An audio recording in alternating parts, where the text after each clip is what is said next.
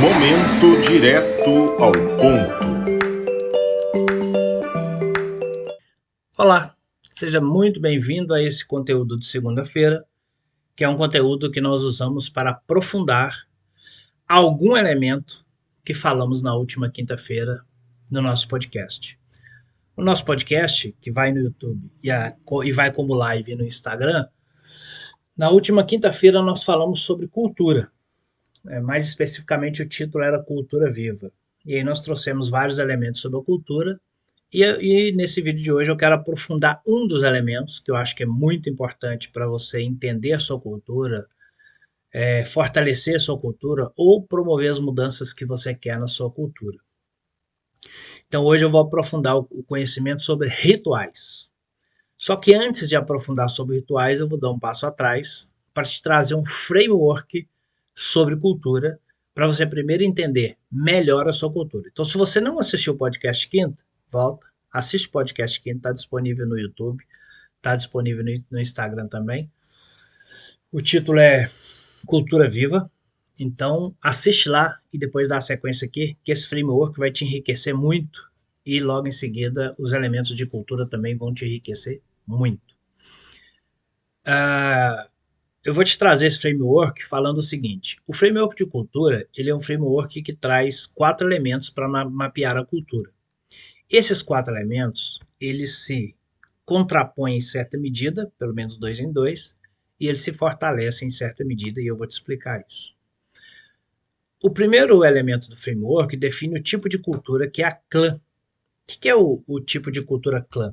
Uma cultura da empresa que pode ser chamada de clã é uma cultura mais familiar, uma cultura voltada para as pessoas, voltada para a colaboratividade. Então, é uma cultura que vai falar de trabalho em equipe, vai falar em desenvolvimento, vai falar em comprometimento um com o outro também. Então, é aquela cultura da grande família, cultura do ambiente amigável. Não é que ali não há resultado, mas há essa preocupação com o outro, com as pessoas. Então, é a cultura que a gente chama de familiar. Se a sua empresa tem essa questão mais interna, de pensar mais nas pessoas, pensar mais em colaboração, trabalho em equipe, você vai perceber que a sua empresa é uma empresa que tem uma cultura mais de clã, onde as pessoas se valorizam. O contrário dessa cultura de clã seria, e aí o segundo elemento da cultura, seria a cultura de mercado, que aí não é mais um ambiente interno e sim um ambiente externo. Então essa cultura de mercado, ela é a cultura mais voltada para o resultado e para o desempenho. Então fala-se muito mais em competição, muito mais em metas, muito mais em produtividade. Então, quando você vê, ao invés de estar falando das pessoas, da colaboração, do trabalho em equipe, está se falando muito mais em meta, em produzir, em competir, né? Quem sai primeiro, quem está em segundo e tal. Aí você está falando mais dessa cultura de mercado. Então, a sua empresa, ou ela é mais clã, ou ela é mais mercado. Ou ela é mais olhar para dentro, para as pessoas e cuidar dessa relação e desse trabalho em equipe, sempre focado em resultado, não interessa qual é o elemento da cultura, ou você está falando dessa do outro oposto, que é a cultura de mercado. Você pode ter os dois? Lógico que pode. Mas sempre tem um que está na frente, sempre tem um que se destaca, e a isso nós damos o nome de cultura. Na verdade, a empresa ela tem todos os 4 elementos que nós vamos falar aqui, em certo grau. Porém, tem um que se destaca. E esse que se destaca é o que aparece mais, aflora mais como cultura. Então, nesse primeiro eixo, a gente tem o clã de um lado e o mercado do outro. A gente tem o outro eixo. No outro eixo, a gente tem a cultura que a gente chama de adocrática, que aí já não opõe ao clã e nem opõe ao mercado. Na verdade, ela agrega de alguma forma. Vou te explicar isso tudo aqui. Nós temos a cultura docrática, então. A cultura docrática ela é uma cultura de mais flexibilidade, focada mais na inovação. Porque se é mais flexível, é porque pode inovar dentro daquela empresa. Então, é uma cultura que está mais adaptada ou mais adepta a correr riscos. Porque se há inovação, é porque pode correr risco. Então, as pessoas são mais livres para executar, testar, convive melhor com o erro, né? E para criar algo novo. Então você tem essa cultura chamada de cultura adocrática. O contrário dessa cultura autocrática, ou o oposto dela, não o contrário, mas o que é o oposto dela, é a cultura mais hierárquica, que é a cultura mais controladora. Então, veja bem, na autocrática ela é mais flexível, é mais livre as pessoas para tomar decisões, para escolher ações ou para inovar em alguma coisa, né, para melhorar alguma coisa. Na cultura mais hierárquica, é quase que o manda quem pode e obedece quem tem juízo. Ela é muito hierárquica, ela é mais controladora, ela é mais rígida, porque ela pensa muito mais na estrutura e na eficiência daquilo que está acontecendo. Então é uma empresa que fala-se muito mais de processo, fala muito mais, dá muito mais valor às regras. Então, se existem regras, têm que ser cumpridas. E é uma cultura da estabilidade, tá? A cultura de manter. As decisões, nesse caso, geralmente estão na mão dos gestores, aí de cada nível, né? E é uma cultura que traz mais previsibilidade, o contrário da inovação. A inovação traz, que é a democrática, ela traz mais imprevisibilidade. Pode sair muita coisa boa, pode sair alguns erros também. Todo mundo que trabalha com inovação pressupõe o erro. E na hierárquica, ela é mais, por ela ser mais rígida, então ela é mais previsível também, tá? Ah, mas qual dessas é a cultura boa e qual dessas é a cultura ruim? Não é o caso ainda. Por quê? Há lugares, há empresas que precisam de culturas mais rígidas, mais hierárquicas, quando você lida com situações mais críticas, que põem em risco a vida de pessoas, por exemplo.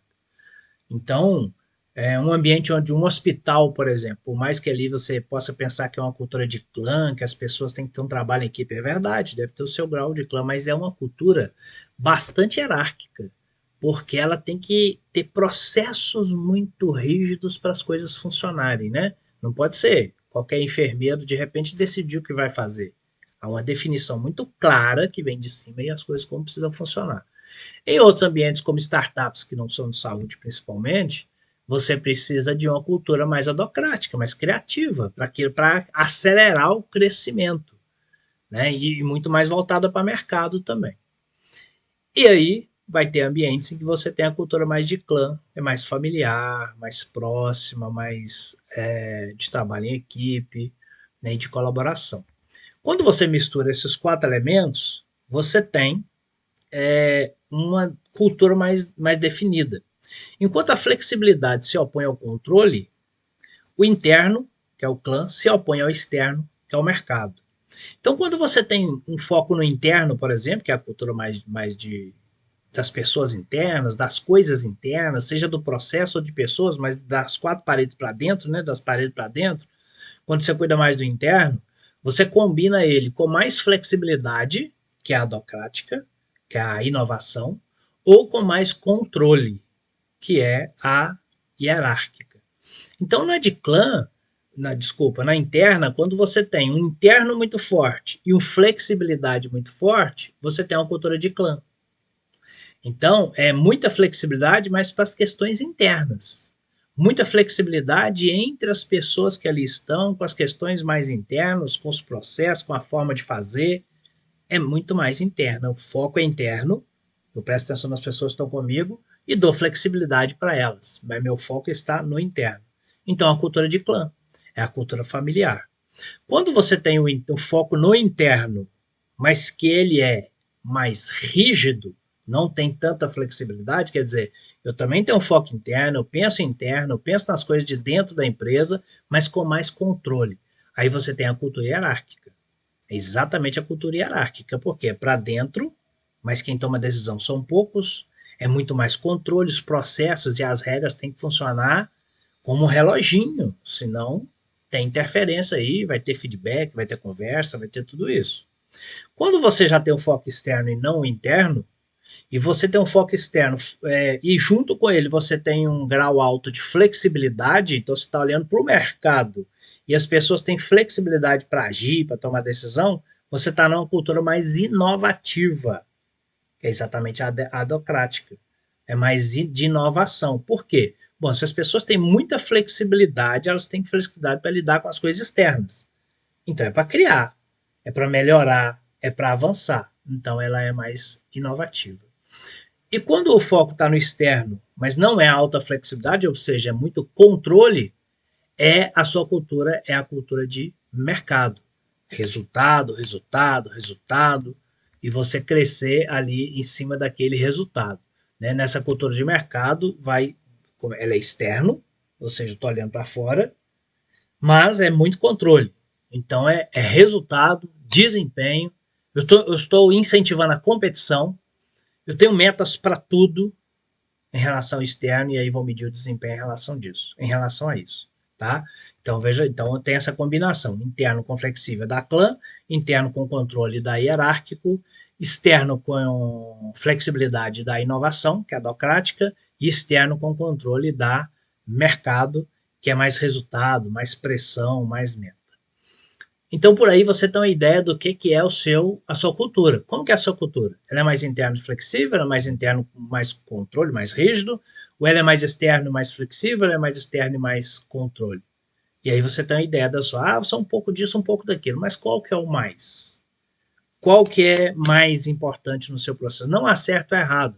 Tem muitas empresas de clã que crescem muito, muitas empresas com mais rigidez, que é hierárquica, que crescem muito, muitas empresas com inovação, que crescem muito, muitas empresas com mercado, né, que é externo e com controle, que crescem muito. Então se eu não tiver nada de inovação, não. Nada não pode ter. Você tem que ter clã, porque tem que cuidar das pessoas internas. Você tem que ter um nível X de hierarquia, porque algumas coisas vão ser definidas lá em cima. Você tem que ter um X aí de inovação, porque você tem que andar para frente, tem que melhorar produto, tem que melhorar serviço, tá? E você tem que ter um X também de mercado, porque você precisa de resultado, as metas têm que ser batidas. Mas há um desses na sua empresa que é mais forte. Essa é a sua cultura. Agora o que você precisa saber eu quero reforçar a cultura que eu tenho, que a minha empresa já tem, reforçar, ou seja, para ela ser mais importante, ficar mais claro para as pessoas, porque se eu tornar a minha cultura mais forte, mais clara, as pessoas que estão comigo vão entender claramente como a minha empresa tem que funcionar. Focado no trabalho em equipe, focado na hierarquia, nos processos, focada nas metas ou focada na inovação. E quando elas entenderem isso, através do meu reforço no dia a dia, elas vão se comportar daquela forma. Elas vão saber exatamente que decisão que ela toma. Se é uma decisão de, epa, não posso tomar decisão que é mais hierárquica, ou eu posso inovar aqui porque eu sou livre para isso, ou não, calma, eu não posso competir tanto, eu tenho que ser mais colaborativo porque a empresa é assim, ou o contrário, tá? Então, quando você reforça, você ganha muito mais com a equipe. Agora, você também pode olhar para a sua cultura, a cultura não está de acordo com o que eu preciso no momento. A minha empresa, nesse momento, precisa de outra cultura. Eu era clã e eu preciso mais de mercado, porque eu quero implantar essa cultura de mercado. Ou ela é mais hierárquica e eu quero que ela seja mais inovativa, mais inovação. Então, eu preciso dar mais flexibilidade. Para você reforçar ou mudar uma cultura, o elemento principal, não é o único, mas o elemento principal é o ritual, ou os rituais. Você precisa criar rituais na empresa para que as pessoas percebam que isso é valorizado. Você não precisa eliminar os outros rituais que existem, mas você precisa ter mais rituais em relação à cultura que você quer, para que você consiga fazer esse movimento com a sua empresa. E aí você tem um ganho e uma perda nos dois casos, tá? Se você reforça a sua cultura, você vai manter mais gente daquele tipo. E se essa cultura não é a cultura que vai trazer o resultado que você quer, o lado ruim é que você vai mais devagar, pelo menos.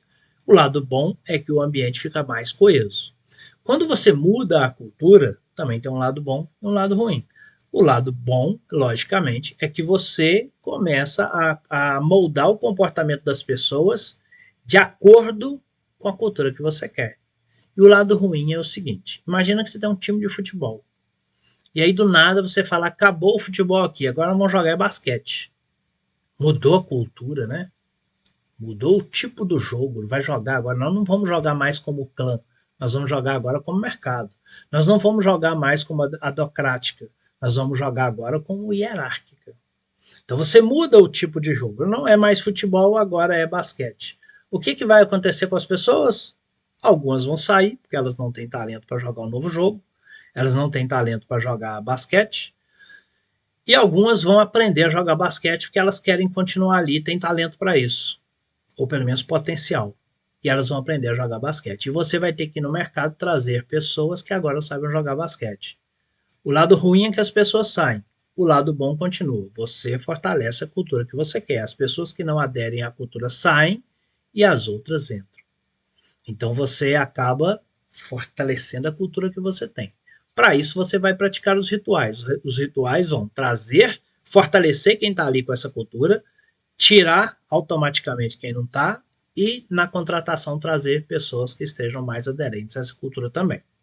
Tá, mas o que são esses rituais? E aqui eu vou citar alguns rituais de cada tipo de cultura. Então, se você quer fortalecer, use os rituais. Se você quer mudar para essa cultura, também use esses rituais para você começar a praticar essa cultura dentro da sua empresa. Então, uma cultura que ela é mais clã, lembrando que o clã é mais flexibilidade com foco interno, você vai ter que praticar alguns elementos, né, que são esses rituais específicos. Então veja bem, se a cultura que eu quero é mais clã, eu preciso criar coisas mais internas e mais colaborativas, né, entre a equipe. Então as reuniões elas têm que ser mais informais, elas não podem ser tão rígidas assim. Então todas as reuniões que você vai ter elas serão mais informais. O que é mais informal? Desde a vestimenta, e aí não é nem a reunião, é o dia a dia, até a forma como a reunião começa. Não tem aquela reunião rígida. É com diálogo mais flexível, né? Com diálogo mais relacional. Então, não precisa daquela rigidez toda. Você precisa criar rituais também que fortalecem as pessoas, que o foco da clã são as pessoas e o colaborativo. Então você vai criar, por exemplo, rituais de reconhecimento, onde você parabeniza as pessoas ali por um comportamento, por uma aplicação, não exatamente por meta, meta já é outra, né? Mas o reconhecimento de 1 ano de casa, 2 anos de casa, 10 anos de casa, por comprometimento com a empresa, não por resultado. Então você cria também essa valorização das pessoas. E vai criar eventos de integração. Happy hours na sexta-feira, festas de fim de ano, festas de meio de ano, festa de Dia dos Pais, das Mães, esse tipo de elemento que fortalece as pessoas, fortalece a família. Os aniversariantes do mês, né, ou da semana, ou do trimestre, que também é um tipo de reconhecimento e criar esse ambiente de integração. Se você quer fortalecer a cultura docrática, que é a mais criativa, você também vai criar os rituais para isso. E aí você vai criar, por exemplo, se é de inovativo, você vai criar os desafios de inovação. Veja bem, não é de resultado, é de inovação, é de ideias aplicáveis.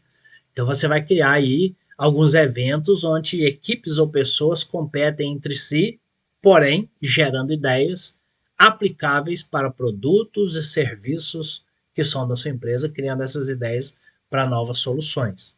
Você pode criar, por exemplo, ambiente onde as pessoas possam compartilhar erros para fortalecer a inovação. Né? Dentro do ambiente colaborativo, o erro é aceitável, dentro de um limite específico, evidentemente. O erro é aceitável. Então, se eu quero mostrar para as pessoas que elas podem errar e corrigir depois, eu preciso criar coisas que fortalecem isso. Então, você pode criar, por exemplo, um evento de compartilhamento de erros ou compartilhamento de aprendizados, onde as pessoas vão aprender, mostrar o que elas aprenderam ao longo de um período.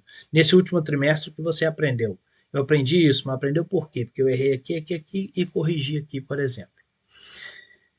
Se é para fortalecer a inovação, você pode definir dentro da sua estrutura de trabalho, por exemplo, tempo livre para projetos paralelos. Então você tem meia hora por dia, ou você tem 2 horas na sexta-feira para separar o trabalho e pensar em que melhoria você vai gerar aqui, que coisa nova você vai gerar. Ah, vou parar a empresa inteira? Não, você pode fazer uma escala. Você pode, essa semana para 5 pessoas, na outra semana para 3, na outra semana para 4, e dentro do mês você escala na semana, por exemplo. Mas há um tempo ali para as pessoas entenderem que elas têm aquele tempo para gerar uma ideia, gerar alguma coisa.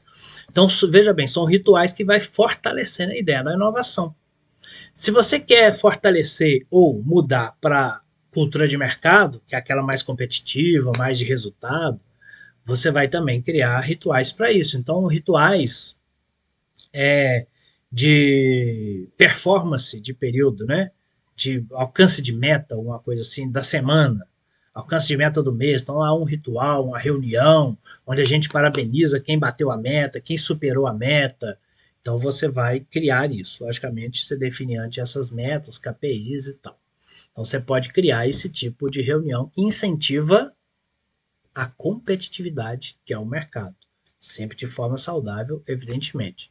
E você pode criar rituais de premiação também, não só as reuniões onde você reforça ali a importância e dá parabéns para as pessoas e tal, que tem um pouco a ver com reconhecimento, mas agora é reconhecimento de mercado, de performance. Você também pode criar as premiações. Então, existe uma reunião, por exemplo, existe uma reunião trimestral, sei lá qual período, para a gente premiar as pessoas. Então, ganha um troféu, ganha uma medalha, ganha um prêmio, tem uma TV que ganhou na campanha, alguma coisa assim. Então, cria esses rituais para que as pessoas saibam que ali serão premiados os melhores em relação a essa competição, em relação a essas metas, por exemplo, que foram batidas ali, né? E se você quer premiar um pouco mais a competição também, você pode criar ranking, né? Você pode pegar na parede ali o ranking dos vendedores, o ranking dos melhores aqui do setor tal. Apenas tomar cuidado com isso para que você não gere nenhum tipo de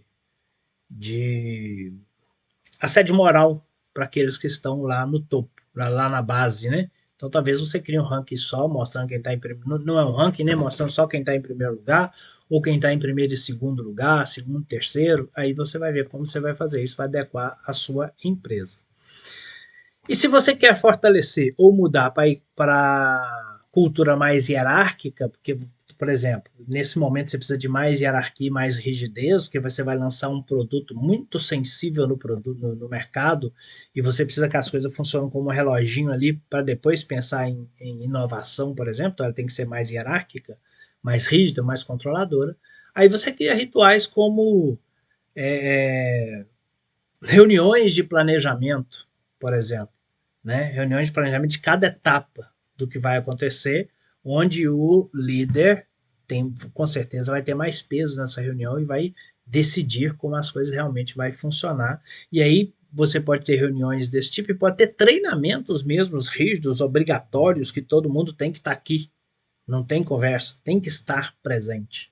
São treinamentos importantes onde a regra é tem que comparecer, tá? E se você precisa dessa hierarquia, você vai criar auditorias também. Você pode criar auditorias de processo, por exemplo, para garantir que a coisa está funcionando do jeito que precisa estar. Você pode criar auditoria de pessoas, para tá tendo reunião todo mês para definir as metas, não tá?